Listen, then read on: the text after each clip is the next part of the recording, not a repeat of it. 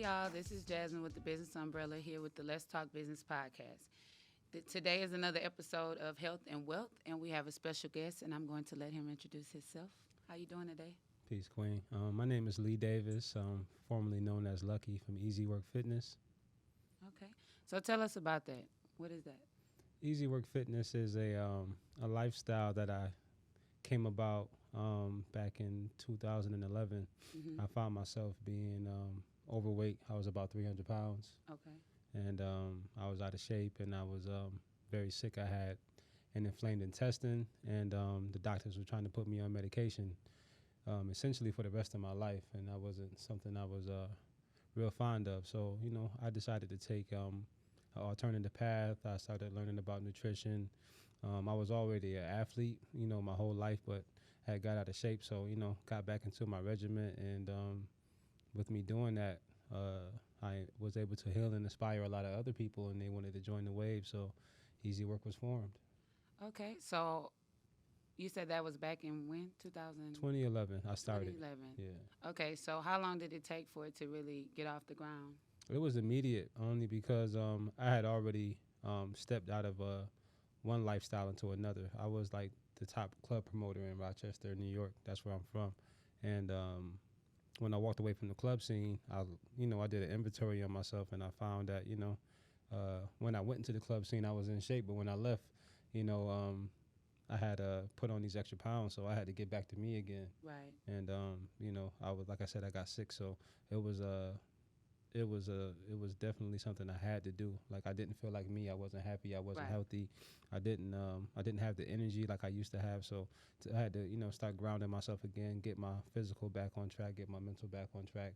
And people who were following me in the club scene, some of them had similar issues, and it was just certain fitness enthusiasts who I was coming across on my journey, and then it just really took off because I had all the skills and the know-how on how to sustain and start a business, and I just took that and applied it to Eazy Work, and it just took off. Okay, well, I have a lot to say to that, so let's back up a Yeah. little bit. So you started your journey in New York? You started this Yeah. journey in New York? Yeah.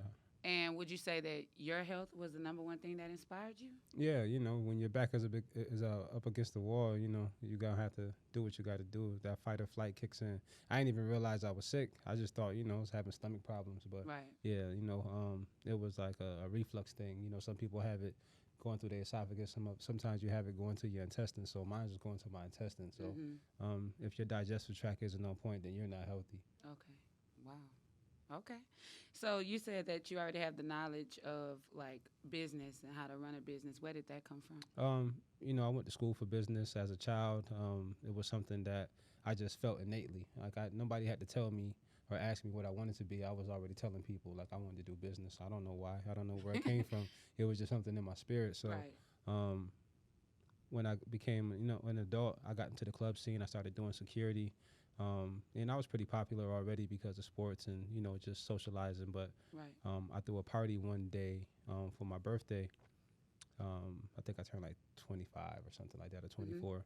And the club owner, he like really liked how I was able to handle and organize and put things in order as far as like the VIP section and making sure my people were situated, the bands and everything. So a couple weeks later, he asked me, he was like, "Yo, I was noticing how you was moving. I was really impressed. Like, I didn't have to tell you to do anything. You already know what to do. Took initiative. You make sure your people were situated. You were a real good host." He's like, "You think you can do that again?" I was like, "Yeah, I can do that again. It's nothing." He was like, "All right, well, I'm gonna give you another section. You pick a day, throw another VIP party when it's not your birthday, Right. and let's see how people act." And it came out. The people came out, and it was just as big. And it was in the dead of winter. I threw a Valentine's Day themed VIP party, and it was like 7 degrees outside, and I had like 50 people. Oh, We wow. were like the only people in the club that night. You know what I'm saying? So, It came out on a cold night. yeah, Huh? yeah. They came out on a cold night to show love and support. Spent a lot of money, family and friends, and that's when my Black entertainment wave was born. I had the party promotions. My best friend at the time, he saw it. He was like, "Yo, bro, I'm gonna hop on with you. Like, whatever Right. you need. You got the school district, because I work for the school district too. I was like, so I can get the hospitals on Smash and we can do this thing together." I said, "All right." Well, we started throwing events, and that's how that came about. But At that time, did you consider yourself an entrepreneur? I consider myself a hustler. A hustler. Yeah, I was just out here making it happen. Do you, at this point where you are now in your life, do you consider yourself an entrepreneur? Yeah, I consider myself a lot of different things. Moving into philanthropy next. I really like giving back. So, Right. Entrepreneurship, business, it's all been business for me. But I didn't never consider myself to be an entrepreneur. I was a cat from the streets, from Yeah. the hood. So entrepreneurship wasn't a term that was being thrown around. Right, right. It's just Especially like the way it is now. handling your business. Yeah. So that's what I was about.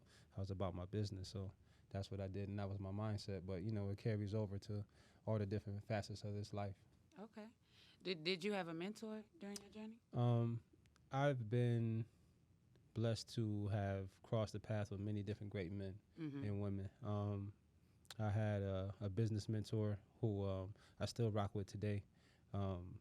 When I fell out of the club scene, he was the one who gave me my chance, but we had a falling out. And then we just actually rekindled our friendship like recently, I think in the last year or so, Right. We was able to hash some things out.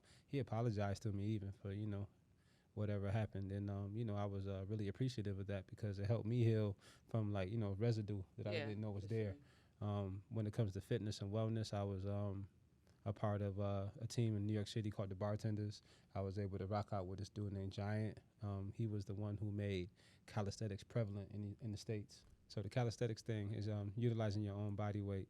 And then with that, you learn how to become more flexible, more agile, stronger.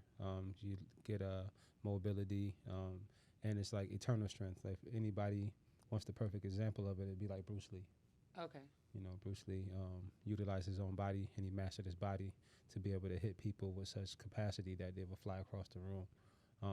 So that was a Giant with the Bartenders. And then also I do martial arts. So I was able martial arts. Okay, martial arts. Yeah, so I was able to learn Filipino martial arts, which is stick fighting, knife fighting, hand-to-hand combat, close quarter combat. Wow. Training. I learned that from a guy named Doug Marcaida. He has a TV show on the History Channel called Forged in Fire. He's the weapon specialist on there. So if you ever see the show, they have these contestants and they make these knives or they make these weapons, and the best ones get to make a specialty weapon, and they go home and they figure it out, come back and present it to the judges, and he gets to use it, on dead animals, or he gets to use it on different materials and like slicing and slashing, dummy drones and different things like that. So he's the weapon specialist, and people see him and they think he's real cool, and he has like millions of followers all over the world. But I remember training with him, in his garage, and him teaching me, how to defend myself, and then also even allowing me to teach, so I also taught for a long time. What was that experience like for you? That sounds like an amazing experience. It was dope because I don't really get a chance to build with a lot of men. So the men who I do get to build with, they have been pretty dope individuals as far as helping me on my journey and like, believing in me. Right. And, showing me my potential. So I was really fortunate to get with him even before his takeoff, because when I was with him, he was already popular. He already had military accounts, teaching the Special Police Force and the Marines and different things like that. He was all overseas training and stuff like that. So I got to witness greatness at a high level, and then what it takes to get to, your dreams. So, right. yeah, sure. Those were all examples of great men who I was able to, rub shoulders with. Okay. So then, is that when you were in New York, is that all the type of fitness that you did, or did you start like training in the gym, or did that happen when you came down to Houston? No, so I always was a gym rat. I did calisthenics as well because I didn't always want to have to drive to the gym. So running to a park, jogging to a park, and getting some sets in, pull up, push up, dip, squat, do some core work, jump roping, and then go back home was very convenient. I bet. Yeah. So and then I stayed in Greece of Rochester. It was a little town called Greece. So I would have to drive all the way to the city to go train with my people. Yeah. You know what I'm saying? Or I would have to drive all the way to Henrietta. Y'all don't know where none of that is, but it's a 35, 40-minute commute. And it was just dedication because I really liked the people who I was rocking with.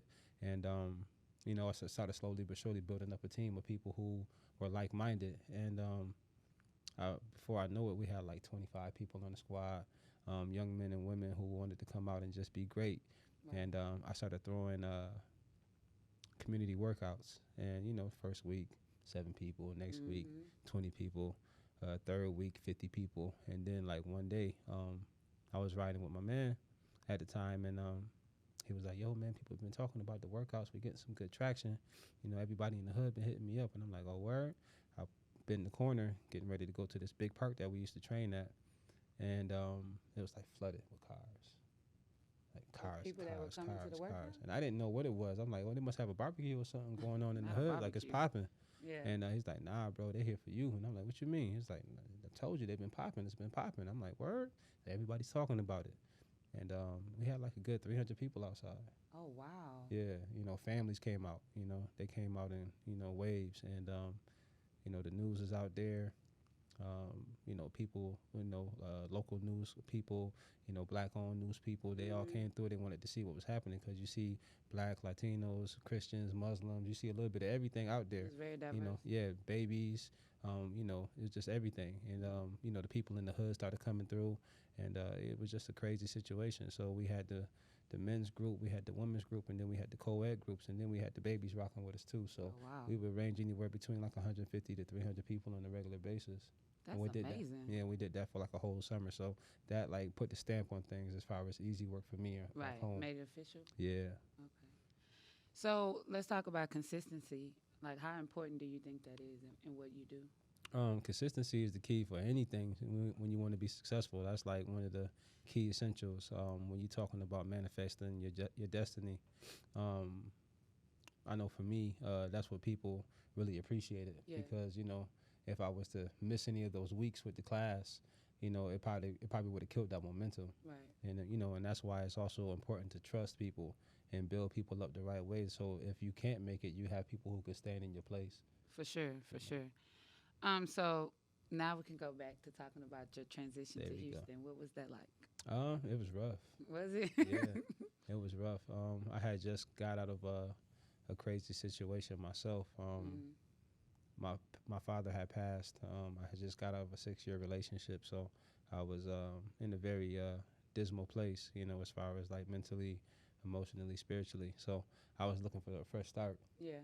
And I had wanted to move to Houston back in like 2018, 2019, but it didn't happen. So, here we are 2020, and I'm like, all right, God, what's going on? Like, I was told that this thing was going to work, and here I am in little old Rochester still. Like, I'm hitting too many walls. I'm hitting brick walls over here. I'm getting nose over there.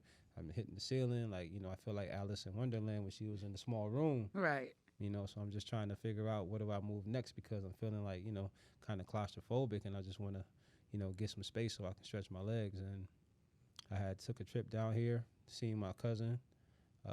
It was a real dope vibe. And I had a lady at the time who I was rocking with. And we both decided to make the move. I just really felt like it was time. Everything that I had tried to establish back home, it was just kept hitting brick walls with it. Right. But then this path just opened right up. And I saw it come to fruition out of nowhere, and it was just like, wow. Everywhere I went pertaining to this trip, it was a yes. It was confirmation for you. Yeah, so then I was just like, all right, well, guess I'm going to make this trip. I packed all the stuff I had in the car, gave everything else away, donated it to the homeless, or I gave it to family and friends, and I just slid. I drove down here.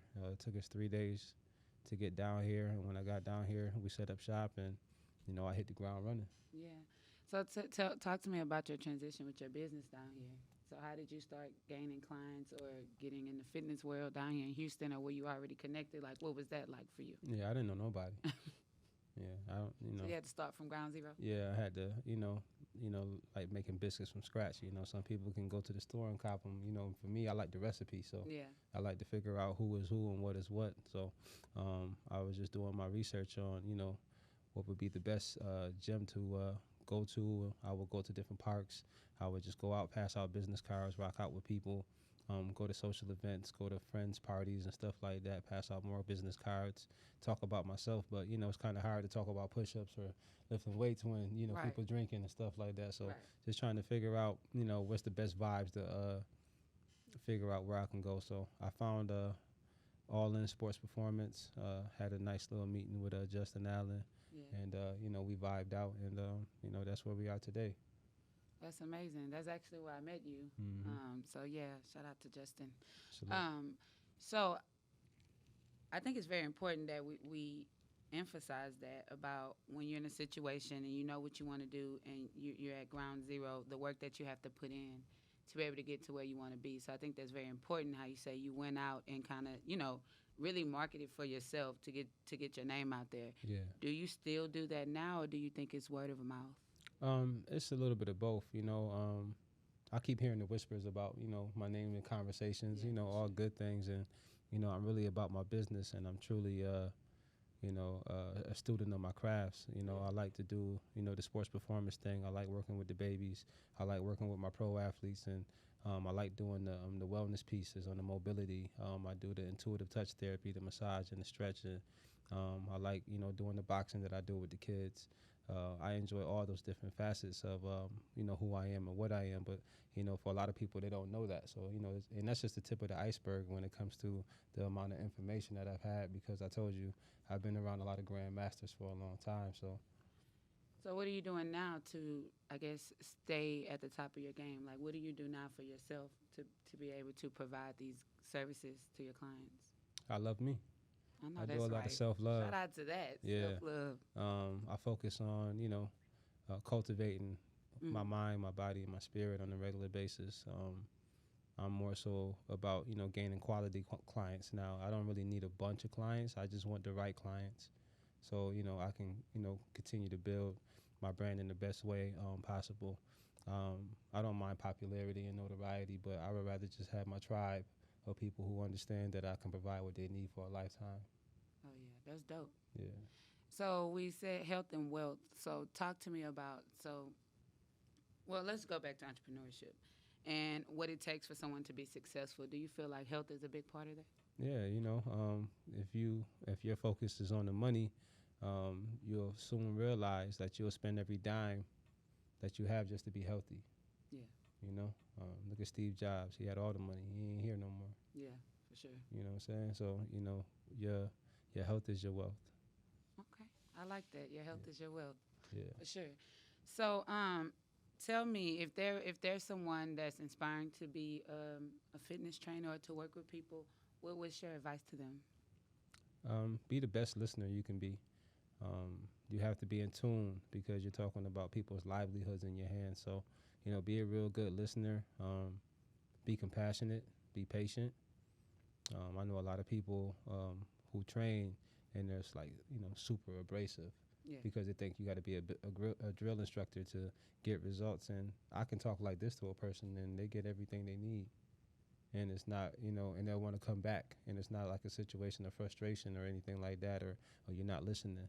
It's more so, because I used to be that guy. That's how I know. You used to be that guy? Yeah, I used to be the guy, out here, give me 1,000 push-ups, give me 500 squats, do this, do that. I can't even see you in that light. That's growth and development. I know that's right. Yeah, I definitely was, it was passion. So it was a passion without a purpose. Yeah. I didn't have, it wasn't fine-tuned. It was just a lot of fire. So I had to take that fire and then mix it with a little bit of water. So when you see it, it's like a geyser, a hot spring or something like that. It's comfortable. Yeah. Because I need you to be comfortable, because if you're not comfortable, you're bound up, then we can't move. Right. So can't get the work done. Yeah, can't get the work done. So, having a positive mindset, positive energy, positive thoughts bring about positive action. So, really focusing in on the things that you say and fine tuning those messages so that people can relate to it. Being well versed in who you say you are, and then understanding the people that you're teaching. That way, you can relate to them. It can be a language barrier. It doesn't matter if you understand communication, then you can be able to still relay that message in a way that everybody can understand it. When I walk into rooms or I do lectures, like I've taught at colleges, and the professor, the staff member, the man sweeping the floor that walked by, everybody stopped and they listened. Why? Because it was information that everybody wanted to hear. When I'm teaching the babies, the teachers, the principal, the little children, everybody's listening. Why? Because it's relatable. I don't have to get up here and try to be articulate. I have the information, so I'm smart enough to be able to translate that over, Yeah. and that's what it means, I don't have to Amazing. use it. I don't have to have 1,000 words in my vocabulary, or 20,000 words in my vocabulary. I can, but how is it that you're relaying the message? And that's what, just anything, communication is the key. I definitely believe that. Yeah. So talk to me a little bit about mindset. So if we're talking to entrepreneurs, whether they want to do fitness or anything, they want to be an entrepreneur and start their own business. What is your advice to them about their mindset? You got to bulletproof your mind. Um, you're going to have a lot of doubt. Mm-hmm. You're going to have a lot of fears. You're going to wonder about the what ifs. This is essentially, I'm going into my third business. I'm about to open up another business. Mm-hmm. Um, Congratulations. Thank you. You're going to have to do some work on yourself, For sure. because whatever weaknesses you have will find their way to Mm-hmm. weave themselves through to, a situation where it's going to be very uncomfortable and very unfortunate for you. So if you don't tackle your weaknesses in the beginning, it's just like a foundation that you build with a house. If you don't seal that foundation, then when it starts raining or you get a storm or it starts snowing, then it's going to seep through, and now you're going to have a flooded basement. Right. And you can't, rebuild your foundation once it's already built. You're going to have to knock that whole thing down. You can try to seal it for a little bit, but then you're going to have to keep sealing it over time. Mm-hmm. And it's better to just make sure you're foolproof from the jump. And that's what happens when we skip steps. So making sure that you really take the time, learn about yourself. Knowledge of self is real big. Spirituality is real big. For sure. Emotional stability is very, very big, because you're going to have to deal with that on a day-to-day basis. Having books smarts is cool. Having physical gifts are cool, but, you don't want to be physically rich and mentally bankrupt and emotionally bankrupt Right. and spiritually bankrupt, because those things will find a way to destroy everything else. If you're too much of one thing, you neglect other things, they'll come back around and find you. That is so true. Yeah. That is so true. And I started the business umbrella back in 2019, and before I did that, I've been an executive at a nonprofit. My mom owns a nonprofit, and I'm helping her to run that nonprofit.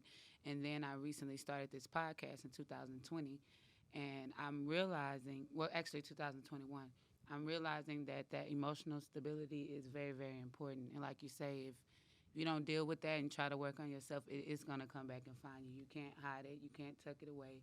You have to look in the mirror and face those things and deal with them in order to be successful. So I second that, because I'm doing that right now. And I realize, as hard as I work and as much as I work to try to give information out to the community, I know that there are some things I have to work on for myself in order to continue to be successful. So Yeah. If you take on that role as a leader, you definitely got to work on you. yeah, for sure. Because it's required. Mm-hmm. The moment you say, I am this, that's when the universe will be like, oh, okay. Oh, that's what you are? Okay. We're going to see. And then Yeah. it's like, all right, we'll go ahead and release the hounds, like, Yeah. Mr. Burns on The Simpsons. We're going to see if you really are a track star. You say you for strong, sure. you say you fast, you say you can jump high. We're going to For find sure. out.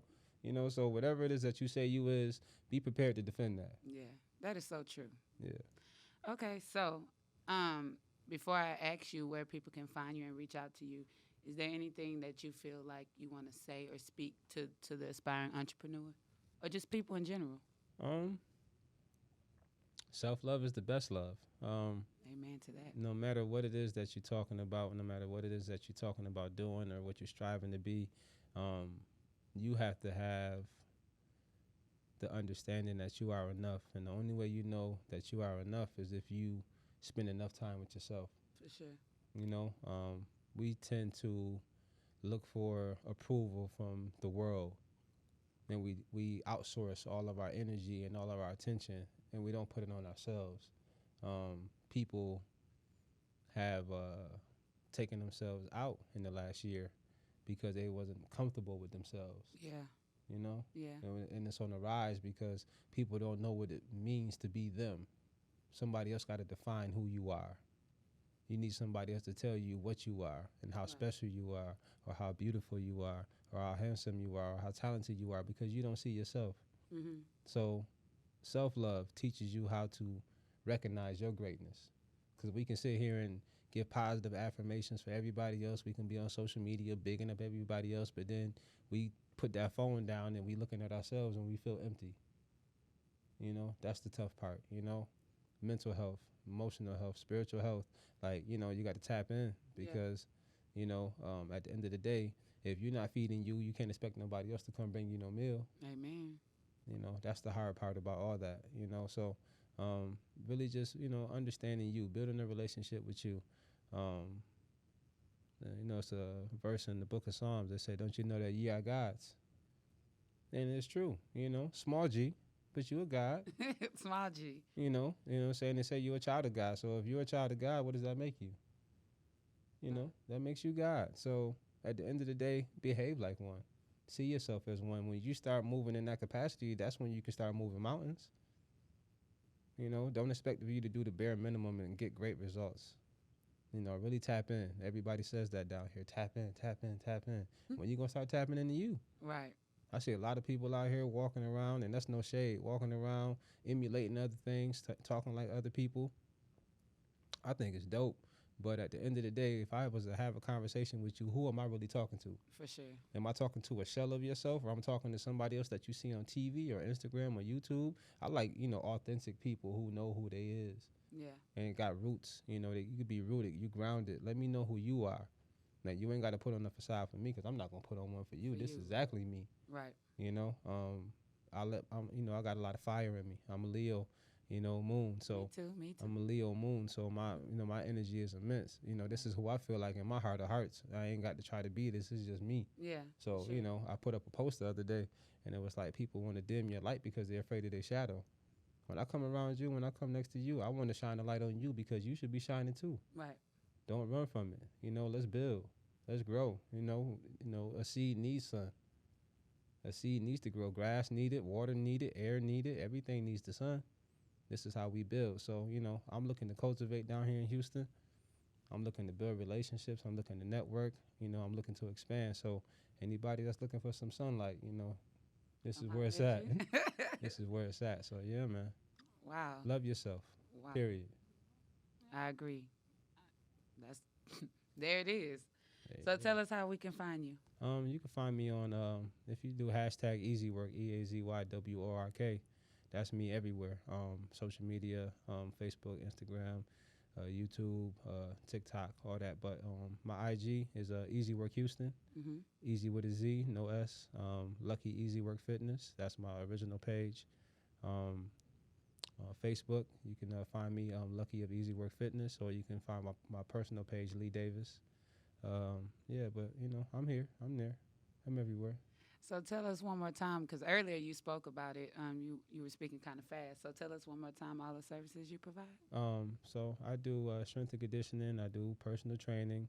I do sports performance. I do boxing training. I do martial arts training. I provide mobility and flexibility training. I also do stretch therapy and intuitive touch therapy. Okay. So you accept new clients? I'm always accepting new people who's ready to heal. All righty, there you have it. So I want to thank everybody for tuning in to this episode of Health and Wealth. Come October 1st, we'll be dropping season 2 with all things real estate. So if you're looking to get into real estate or just educate yourself, then feel free to tune in starting in October. So that's it. Thank you. Thanks, Eazy. Thank you.